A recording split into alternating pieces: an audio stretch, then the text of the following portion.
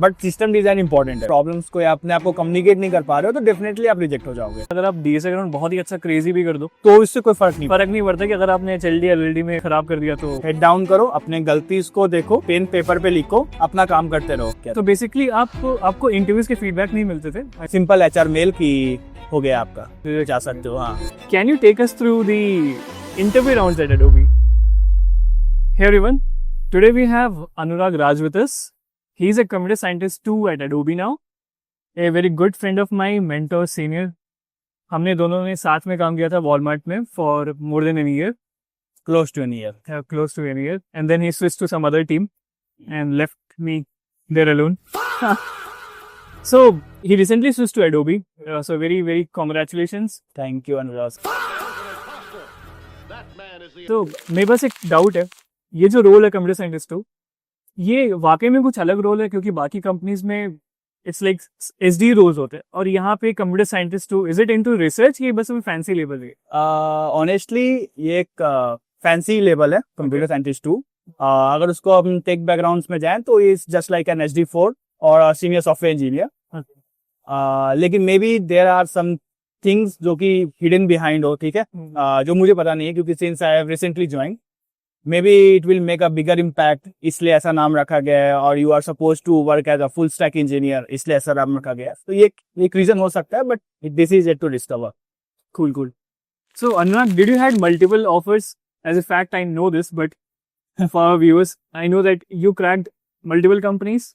And can you name some of them and what was the reason behind choosing Adobe versus others? Okay, so basically I had 4 offers. It is PayPal, then I had an offer from Salesforce, Oracle, and this is the 4th offer basically, ठीक है। The reason मैंने Adobe इसलिए चुना था क्योंकि इसकी work life balance बहुत अच्छी है। The work culture is very good, the seniors, the manager यहाँ पे बहुत अच्छे हैं, ठीक है। और टेक्स वाइज अगर मैं बात करूँ तो भी यहाँ पे अच्छे काम होते हैं। खैर वो हर जगह होता है, जो भी मैंने कंपनीज निकाली थी। अगर सेल्सफोर्स भी है तो वो भी AI बूमिंग है, और एक्ल भी आजकल AI पे जा रहा है, एडोबी भी AI पे बहुत फोकस कर रहा है। तो tech wise all similar, but हाँ, definitely with the work culture Adobe has, right? So what was the deciding factor other than these? Compensation? हाँ, थोड़ा मोड़ा कह सकते हैं आप, कंपनसेशन। सही, तो फिर आई थिंक कंपनसेशन ही रीजन होगा Adobe ज्वाइन करने का। Cool. Can you take us through the interview rounds at Adobe? कितने राउंड्स थे, क्या डिफिकल्टी थी, थोड़ा लाइव वैल्यूज पे? मैंने अगर मैं टेक्स बैकग्राउंड पे बात करूँ तो SD4 ज्वाइन किया हूँ, जो कि कंप्यूटर साइंटिस्ट 2 है। So for my level, I have 6 rounds of interview. Okay. ठीक है। It starts with 2 rounds of DSA. Okay. Difficulty wise, there are lead code medium to lead code hard. Okay. Then 2 rounds on system design. Okay. उसमें से एक आप ऐसा समझ सकते हो, एक राउंड उसमें LLD भी कंस्ट्रक्ट कर लो। Okay. That is a mix of system design and LLD. Okay. Okay.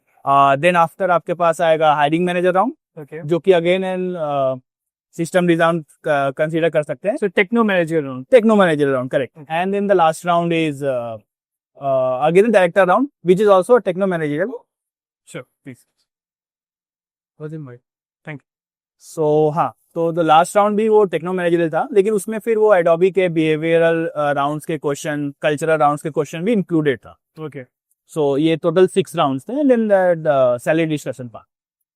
System design और DSA, तो DSA आप कह रहे हो कि LeetCode medium to hard था, स्टैंडर्ड ही थे क्वेश्चंस की बहुत ही अलग थे, मतलब बहुत ज्यादा डिफिकल्ट थे? नहीं, स्टैंडर्ड ही थे, जो लीड कोड के स्टैंडर्ड क्वेश्चंस होते हैं वही थे। और सिस्टम डिजाइन की डिफिकल्टी लेवल क्या था? वो अगर मैं आउट ऑफ स्केल पे बात करूँ ना, तो out of 5 it is 4, at least मेरे लेवल पे। Okay. क्योंकि ऐसा है कि आपको इन डेप्थ में आपको बताना पड़ेगा, if you are choosing any tech, any reason, you need to specify reason for that basically. जैसे अगर मैं मान लूं, मैं बोलता हूँ मुझे काफका यूज कर रहा हूँ, तो यहाँ पे काफका क्यों यूज करना है, एग्जैक्टली, ठीक है। देन हाउ, अब मैं यूज भी कर रहा हूँ तो मुझे why Kafka, why not other messaging queues, ठीक है। ये सब भी मुझे ऑप्शन में बेसिकली मैं इसको क्या, ट्रेड ऑफ्स को आपको डिसाइड करके बताना पड़ेगा, that too in depth, at least in this level. Make sense. Also, one thing that I recently recalled, you're almost about to complete 10 years in tech, so almost a decade in tech. So how do you feel about that? Like, if you want to go back past to 10 years when you started, and now, I think you started with HP, हाँ. and now you're in Adobe Computer Scientist 2. So In just 10 years. So almost a staff level, I think. Walmart पे staff software engineer बोलते हैं. हाँ, I think यहाँ Walmart पे पे इसको staff. यहाँ पे I think it's Correct. Computer Scientist 2. It depends on company to company. Yeah. So मैं Tier 3 कॉलेज से पढ़ा है, then I as a college grad mass recruiter ने मुझे ले गया HP पे. Okay. Then वहाँ पे as a graduate trainee, जो कि यहाँ पे कुछ सीखने का था नहीं. So then I started moving away from that particular HP, and then I switched to NovoPay, Okay. which is a fintech domain startup. Okay. So वो स्टार्टअप में मुझे बहुत सारे अच्छे एक्सपोजर्स मिले, basically how things works and all those stuff. फिर gradually how tech evolves, right. हमारे समय में एआई नहीं था, अभी एआई बढ़ गया है, and just as a evolution, right. तो ऐसे moving ahead and all those tech and all tech के आगे पीछे बढ़ते बढ़ते फिर मैं यहाँ तक पहुंच गया.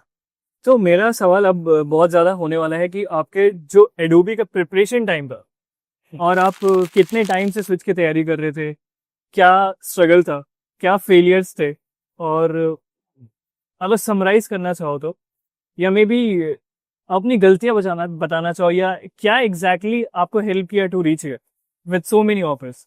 तो मैं प्रेप स्टार्ट किया था अराउंड 1 year बैक. ओके. ठीक है. या आई थिंक तब हम जब साथ में थे तभी हम डिस्कस करते हाँ, थे कि मैं निकलना है यहाँ से. तो मैंने प्रेप उसी समय स्टार्ट किया था, and that time it was very casual कि ठीक है, थोड़ा मोड़ा मैं लीड कोड 1-2 क्वेश्चन सॉल्व कर रहा हूँ, and then attending interviews, having some read about very basic system design and all those stuff, and then मैं जा रहा था इंटरव्यू देने के लिए. तो फिर मुझे पता चला कि नहीं, अभी इतना मेहनत से नहीं चलेगा, मुझे इसमें टाइम इन्वेस्ट करना पड़ेगा. तो मैंने डीएस से पहले प्रिपेयर करना स्टार्ट किया. Then I followed some resources, NeetCode, LeetCode and all those stuff. फिर मैंने कंपनी वाइज को टारगेट करना स्टार्ट किया. मैं ज्यादा हार्ड प्रॉब्लम्स पे टारगेट नहीं करता था. मैं स्टिक टू मीडियम पे था कि अगर मैं मीडियम प्रॉब्लम बना ले रहा हूँ तो मैं समझ रहा हूँ कि मैं एटलीस्ट इंटरव्यू में मैं डीएसए प्रॉब्लम को सॉल्व कर पाऊंगा. ओके. और आपका फोकस ज्यादा डीएसए पे था इनिशियली, फिर आपने शिफ्ट किया कि डीएसए बस एक सॉर्ट ऑफ मेंटेनेंस मोड में चल रहे हो? नहीं, डीएसए स्टार्टिंग के 1-2 महीना डीएसए था. ओके. क्योंकि क्या है ना कि पहला 2 राउंड आपको डीएसए है, अगर आप पहले 2 राउंड में निकल जाओगे तो आपके आगे का कुछ स्कोप ही नहीं बचेगा. ऐसे कितनी कंपनीज थी जिसमें आप पहले 2 राउंड में निकल गए थे, मतलब रिजेक्शन फेस किए थे आपने? बहुत. ऐसे मैंने अराउंड 5 to 6 कंपनीज थे. मुझे रियलाइज होने में लग गया कि 5 to 6 कंपनी है जहाँ पे मुझे डीएसए जरूरी है अच्छे से करना. ऐसे तो नहीं चलने वाला है काम.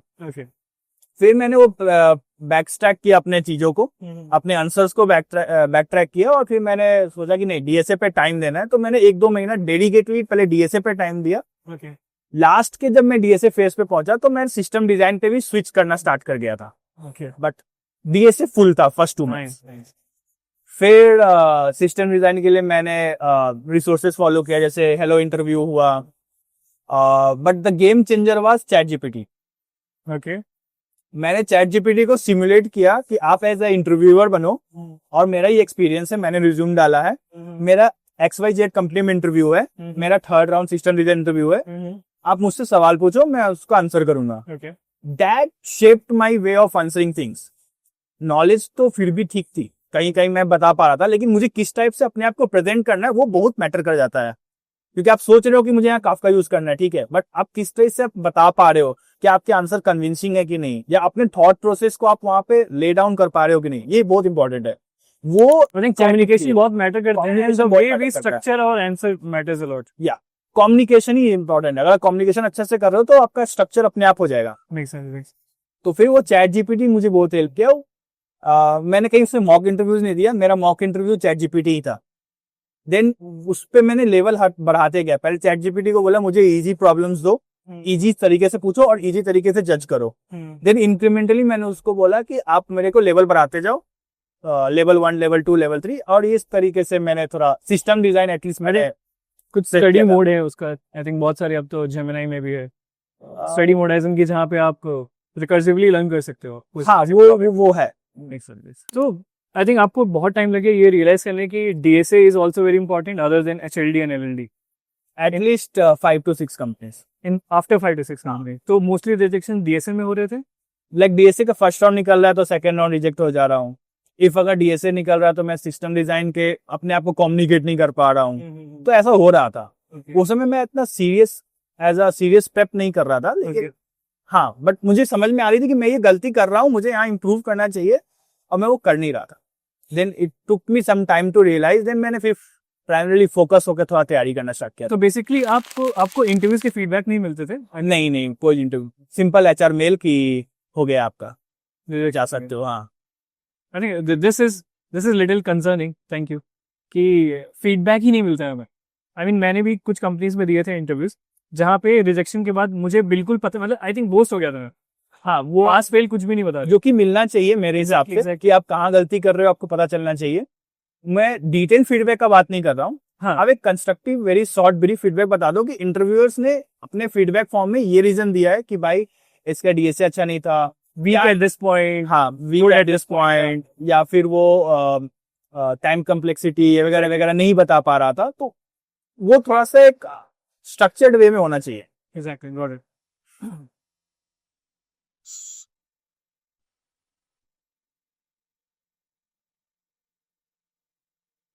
अब थोड़ा हमारी वॉलमार्ट की जर्नी पे बात कर लेते हैं। तो वॉलमार्ट पे I think around 2 years to 4 years। 4 years, crazy. तो 4 years एज वॉलमार्ट। मैं जानना चाहता हूँ वॉलमार्ट में आपने जो भी सीखा, और पहले तो बेसिकली क्या एग्जैक्ट टेक स्टैक था। आई मीन हमने 1 साल काम किया, बट आई थिंक आप दूसरी टीम में चले गए थे। तो ओवरऑल एक्सपीरियंस कैसा था वॉलमार्ट पे, और जो भी आपकी लर्निंग्स थी वॉलमार्ट में, क्या उसने हेल्प किया आपको in your system design round? क्योंकि हम ये डाउट हमेशा रहता है कि हम जो डे टू डे लाइफ में काम करते हैं वो बहुत ज़्यादा इंटरव्यूज में हेल्प नहीं करते। Is it true at your level कि जहाँ पे मोस्टली फोकस सिस्टम डिजाइन में ही रहता है? नहीं, सिस्टम डिजाइन एंड एलएलडी नहीं, राइट? ऐसा नहीं है। जैसे अगर मैं वॉलमार्ट का बात करूं तो वॉलमार्ट अगर पता होगा तो वो प्रॉब्लम बहुत स्केल पे हैंडल करता है। एग्जैक्टली। जैसे उनके बिग बिलियन डेज वगैरह में जो आते हैं, Hmm. Not big billion days, Black Friday sale वगैरह, बिलियंस आई थिंक फ्लिपकार्ट और I think Flipkart India is में owned by Walmart. Walmart only. So उनके सिस्टम्स बहुत स्केल पे हैं। ठीक है, तो वॉलमार्ट से सबसे बड़ा चीज मैं सोचा था कि सीखा जो वो बेसिकली था स्केल पे कैसे कस्टमर्स के प्रॉब्लम को सॉल्व करना। ठीक है, परफॉर्मेंस इश्यूज हमारे सिस्टम्स में बहुत आते थे। I remember. तो वो सब चीजें आपको, जब तक आप किसी प्रॉब्लम को फेस नहीं करोगे आपको उसका आंसर नहीं मिलेगा। क्योंकि अगर आप जैसे आप ऐसा समझ लो, सिस्टम मुझे 100 मिली सेकेंड में रिस्पॉन्ड किया, कस्टमर की डिमांड 30 मिली सेकेंड है, you are losing business, right? ये एक प्रॉब्लम स्टेटमेंट है। ये एक प्रॉब्लम स्टेटमेंट आया है जो एक बिजनेस को इम्पैक्ट कर रहा है। एग्जैक्टली। अब जब तक आप इस पे सॉल्व नहीं करोगे तब तक आप इसका बता नहीं पाओगे कि इसको कैसे हम ओवरकम कर सकते हैं, ऑप्टिमाइज कर सकते हैं वगैरह, जो भी हम कहना चाह रहे हैं। तो ये जो एक्सपोजर था ना, ये मुझे बहुत हेल्प किया।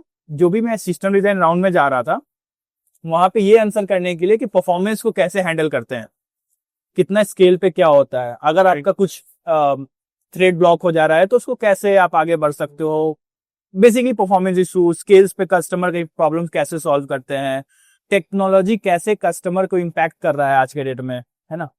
आई थिंक मैंने भी वॉलमार्ट में स्केल पे काम करना सीखा। आई मीन इससे पहले जितनी कंपनीज थी स्केल पे बहुत ज़्यादा काम नहीं था। आई थिंक कुछ हमारे सिस्टम से आई थिंक जो एलिजिबिलिटी और रिस्ट्रिक्शन ड्राइव करते थे, उनके कुछ काफका टॉपिक्स पे तो 100 के QPS आता था। एग्जैक्टली। तो उस स्केल पे अगर कोई इवेंट मिस हो जा रहा है जिसकी वजह से लेट्स से कोई पॉइजन पिल चला गया, कोई ऐसा करप्टेड डेटा चला गया और वो पूरे सिस्टम को खराब कर दिया। आई थिंक एक वन ऑफ दी P0 जो हम थे जब आया था जिसमें हम लीफ नोड थे, और हमारा P99 डबल हो गया था, 24 मिली सेकेंड से 48 हो गया था, और उससे हमारी जितनी भी डिपेंडेंट सर्विसेज थी सब फट रही थी, and millions of losses anticipate किया था। तो आई थिंक दिस लर्निंग मुझे लगता है बहुत हेल्प किया होगा। हाँ, वो उसने मुझे सिस्टम डिजाइन के मैच्योरिटी आने लग गया, डिसीजन मेकिंग समझ में आया। और सबसे बड़ा बात, आप कोई भी टेक, देखो टेक आपके पास है, ठीक है, आप टेक से जब तक किसी चीज के प्रॉब्लम स्टेटमेंट को नहीं जानोगे आप टेक सॉल्व नहीं कर सकते। टेक आपका यूज ही नहीं आएगा कोई भी प्रॉब्लम सॉल्व करने का, मेरे हिसाब से, अकॉर्डिंग टू माई सर। तो अगर आप कस्टमर इम्पैक्ट समझ रहे हो तो ही आपका टेक काम का है, अदरवाइज आप फिर वो ऐसा रैंडम कहीं भी वो चल रहा है, ऐसा क्या है। वो तो मैं बंद कर देता हूँ थोड़ा। नहीं, बंद नहीं कर, बैठ ना, ठीक है, ठीक है, ले अपने पास ना।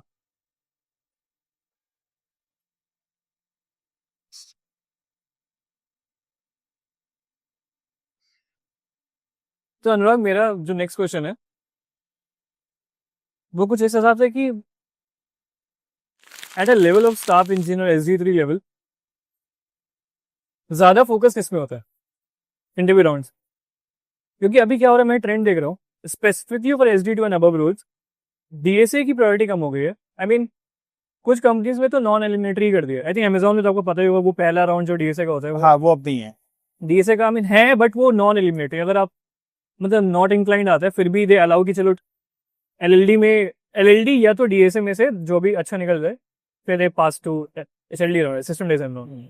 तो आपके इंटरव्यूज के आपने बहुत सारी कंपनी रूट में दिया, पेपाल में दिया, पेडोबी में दिया, बहुत सारे और में जहाँ पे रिजेक्ट भी हुए थे।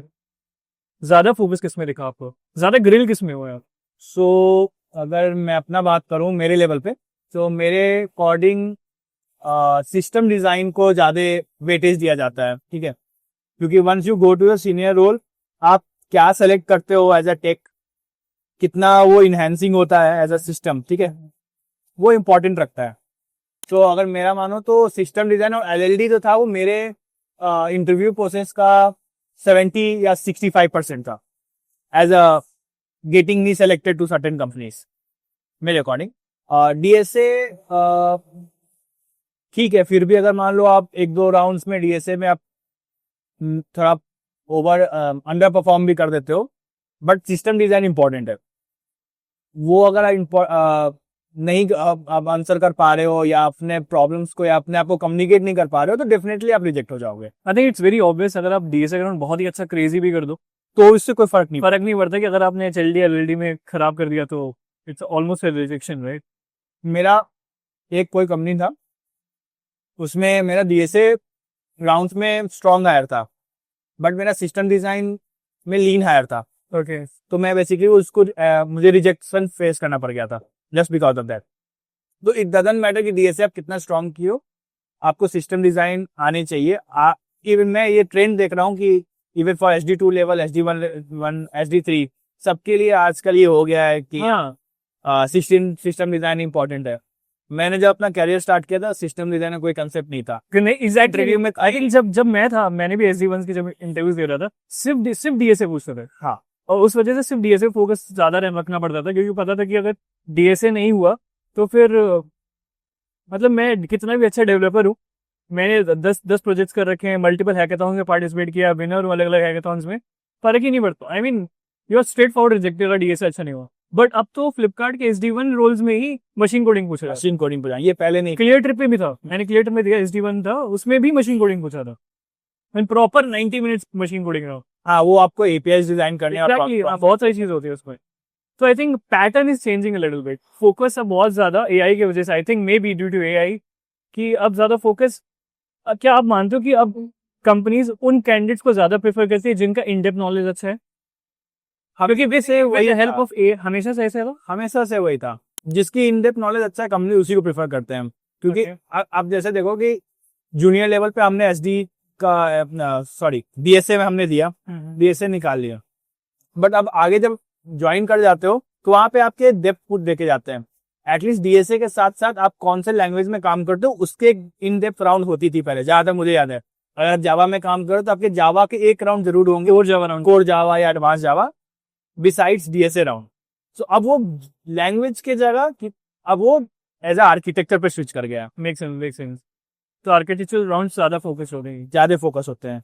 अब जैसे जैसे सीनियर होते जाओगे, आपको architecture round, decision making round, trade off वगैरह पे थोड़ा ज्यादा फोकस रहेगा। पनीर काफी अच्छा है। अच्छा तो है।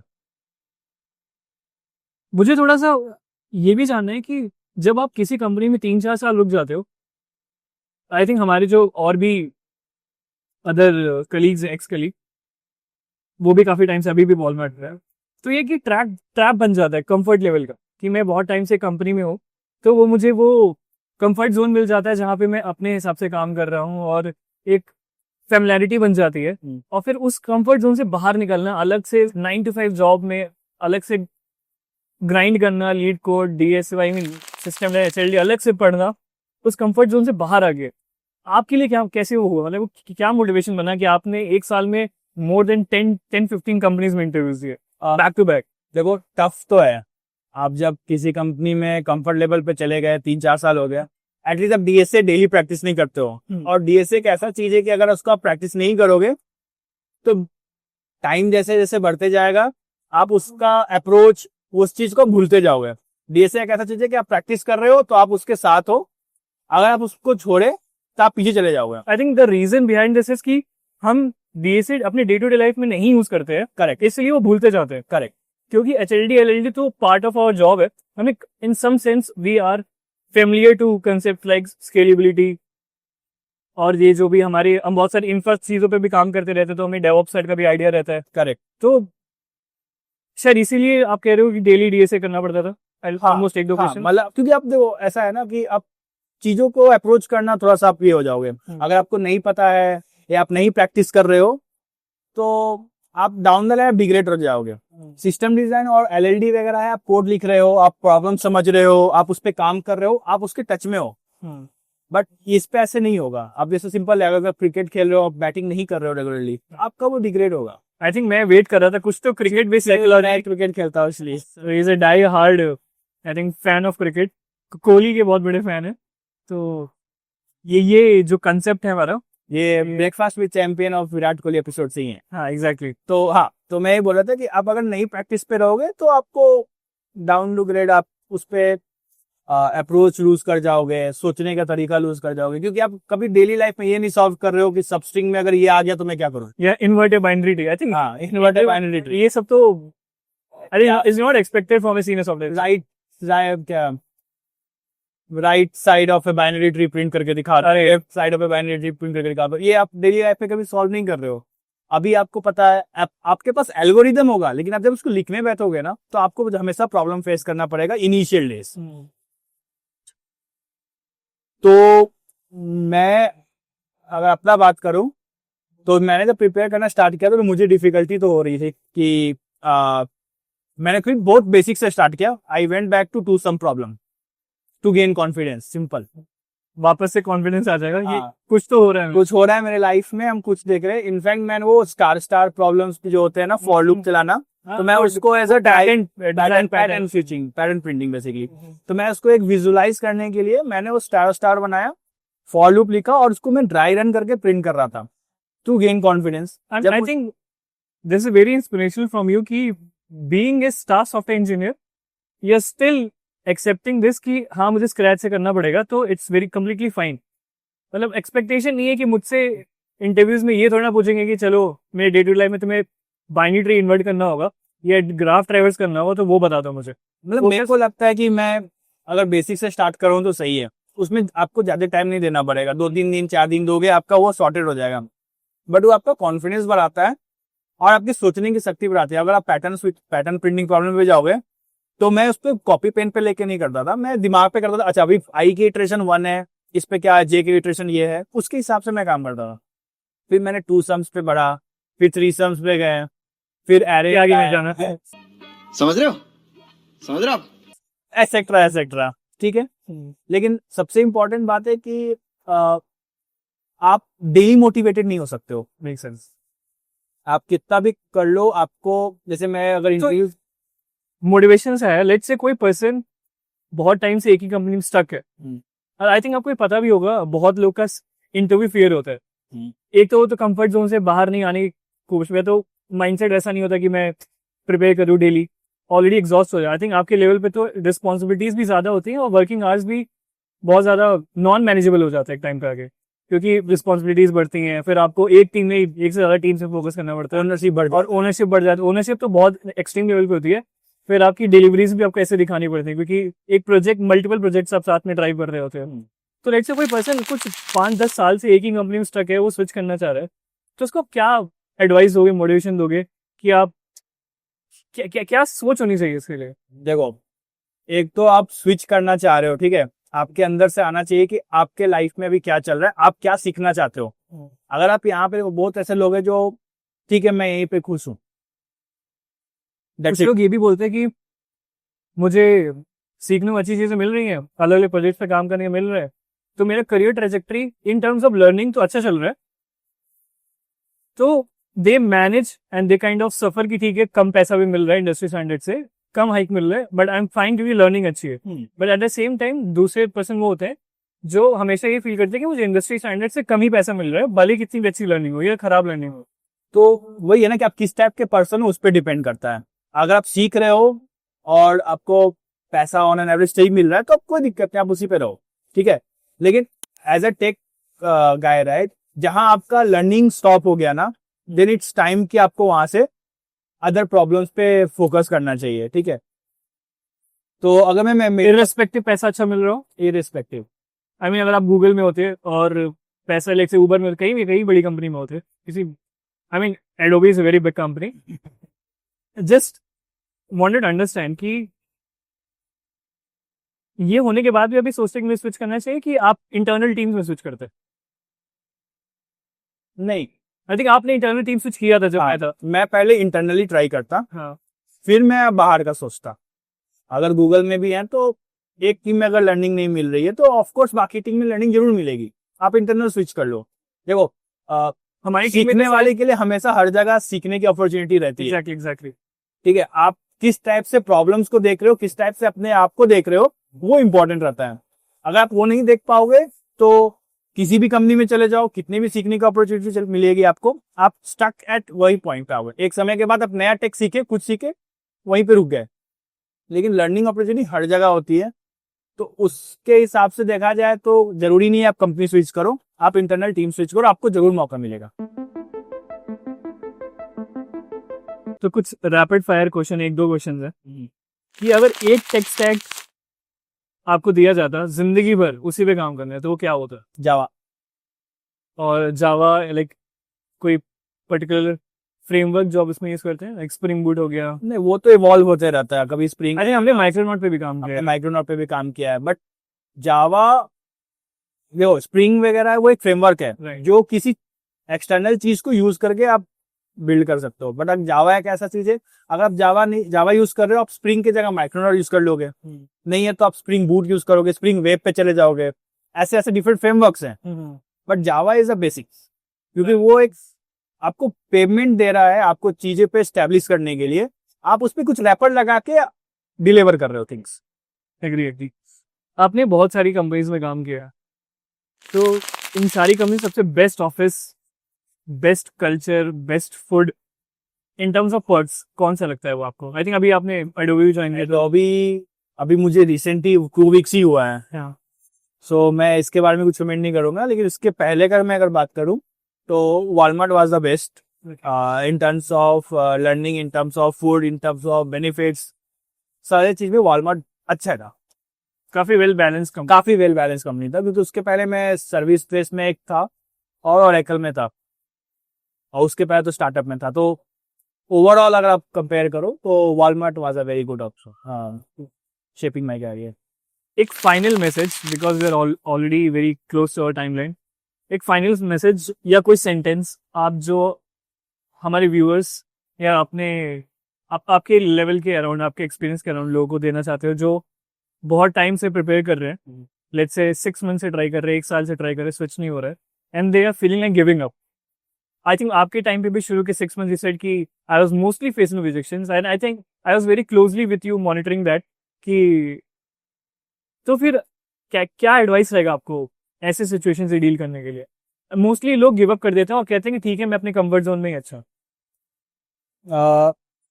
वो बहुत वर्नेबल भी हो जाते हैं लोग, क्योंकि वो हो जाता है। हाँ, मैं भी हमारे फ्रेंड्स, कॉमन फ्रेंड्स हैं जो बहुत वर्नेबल फील करते हैं, स्विच करना चाहते हैं, but due to that comfort zone या some other expressed reason mostly related to their career, वो स्विच नहीं करते। मैं अगर इस पे बात, मेरा अपना फंडा मेरा क्या है कि आप कभी, जैसे आज आपने 4 प्रॉब्लम नीड्स कोड बनाया, आप मोटिवेटेड थे, आपने कोई मोटिवेशन वीडियो देखा या कोई किसी ने जैसे हमारी मोटिवेशन वीडियो देख ली और 4 दिन मस्त प्रिपेयर किया और आपने पूरा 4 दिन बढ़िया से एकदम सॉल्व किया प्रॉब्लम, 5वां दिन ओवर, आप डिग्रेड कर गए। तो आप डेली मोटिवेट नहीं रह सकते हो, चाहे वो दुनिया का कोई भी बंदा हो, आप नहीं रह सकते हो। डेली आप क्या कर सकते हो, डेली आप कंसिस्टेंट रह सकते हो। Consistency. सिंपल सा लाइफ का लॉजिक यही है। आप डेली बना लो कि मुझे आज मैं मोटिवेट हुआ हूँ, 2 प्रॉब्लम लीड को सॉल्व किया, एक सिस्टम डिजाइन प्रॉब्लम देखा, XYZ कुछ भी, बट आप कंसिस्टेंट जब तक नहीं रहोगे तब तक आपका मोटिवेशन में कोई प्रॉब्लम नहीं है। और जहां तक रिजेक्शन का बात है ना, जैसे आप मेरा अपना बताता हूँ, रिजेक्शन हुआ, आप कुछ नहीं, हेड डाउन करो, अपने गलती को देखो, पेन पेपर पे लिखो, अपना काम करते रहो। Learn from your feedback. और लेट्स से फीडबैक नहीं मिल रहा तो सेल्फ फीडबैक दो ना, क्योंकि आप भी तो किसी को इंटरव्यू ले रहे हो ना। सेल्फ फीडबैक आप कैसे लेते थे? आई थिंक लेट्स से मैं इंटरव्यू देकर आ गया, मुझे लग रहा है कि मैंने बहुत अच्छा किया है, मैंने सवाल बना दिए, बट फिर भी रिजेक्ट हो गया। आई थिंक जब मुझसे सवाल नहीं हुआ है तब तो मुझे पता ही है कि मेरी गलती है। लेट्स से आप लग रहा है कि मैंने ठीक ठीक किया है, तो बहुत हो सकता है कि बहुत बहुत बार मेरे साथ ही ऐसा हुआ है कि मैं श्योर शॉट होता था कि अच्छा गया इंटरव्यू, लीन है या तो ऑलमोस्ट ठीक है। टेक एन एग्जांपल कि आपको प्राइम नंबर प्रिंट करना है, ठीक है, आपसे यही क्वेश्चन पूछा गया था, आपने एक सॉल्यूशन बताया जो आपके हिसाब से बेस्ट होगा। आप उस प्रॉब्लम को उठाओ, आजकल एआई का जमाना है, आप चैट जीपीटी पे डालो, उसमें आपको 3-4 प्रॉब्लम्स के आंसर आ जाएंगे।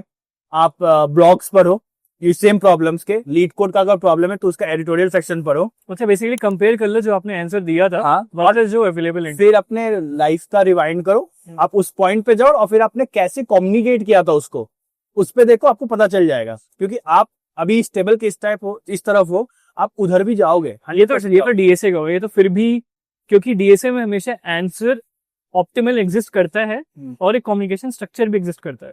सिस्टम डिजाइन राउंड में कैसे करते हैं फीडबैक लेता है? फिर आप, क्योंकि उसमें तो कोई परफेक्ट आंसर ही नहीं होता, वो तो एक डिस्कशन राउंड होता है। करेक्ट, इसीलिए मैंने चैट जीपीटी को एज ए इंटरव्यूअर बनाया था।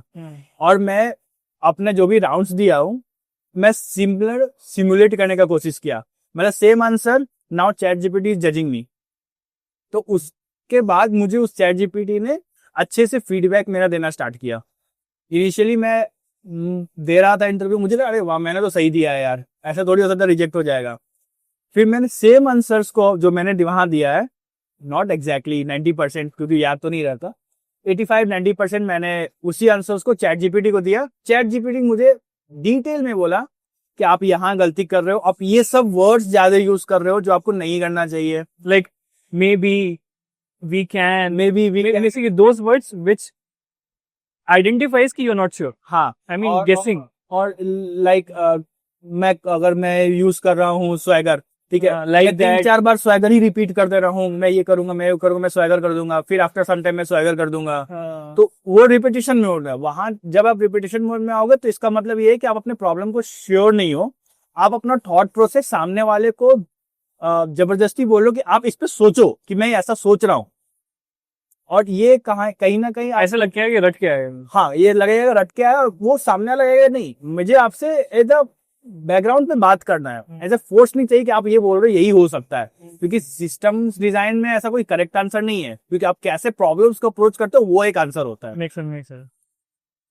Cool, thank you so much Anurag. आपने बहुत सारे मिथ गोस्ट किए और what inspirational journey. I hope कि आपने एंजॉय किया होगा ये वीडियो को, और you must have learned a lot from Anurag experience of rejection and success stories both. तो ठीक है, आप लोग आगे कंटिन्यू करो और हम लोग अपना खाना एंजॉय करते हैं। See you, bye bye, take care. बस keep your head down and do your work. Efficiency, bye bye. आप बीच बीच में आते रहना, तो हीरो वाला फीलिंग आएगा। छोटी नहीं रुकनी चाहिए, बाकी सब हो जाए। नहीं, अगर तुम पूछ ही रहे हो तो मैं देख के क्या करूंगा? चीटिंग तो आंसर है तो बताओ। आंसर। तो फिर चलो, तुम आईफोन सैमसंग कोई इज्जत नहीं है। चलो ठीक है। बंद क्यों कर रहा है? हाँ, ऐसा कूल लगेगा नहीं? देख ले, अगर अच्छा नहीं लगेगा तो दोबारा बिना खाने के कर ले। नहीं, मेरे हिसाब से तो अच्छा लगेगा। विराट कोहली का अच्छा लगा तो अपना का भी अच्छा लगेगा। और ये बिल्कुल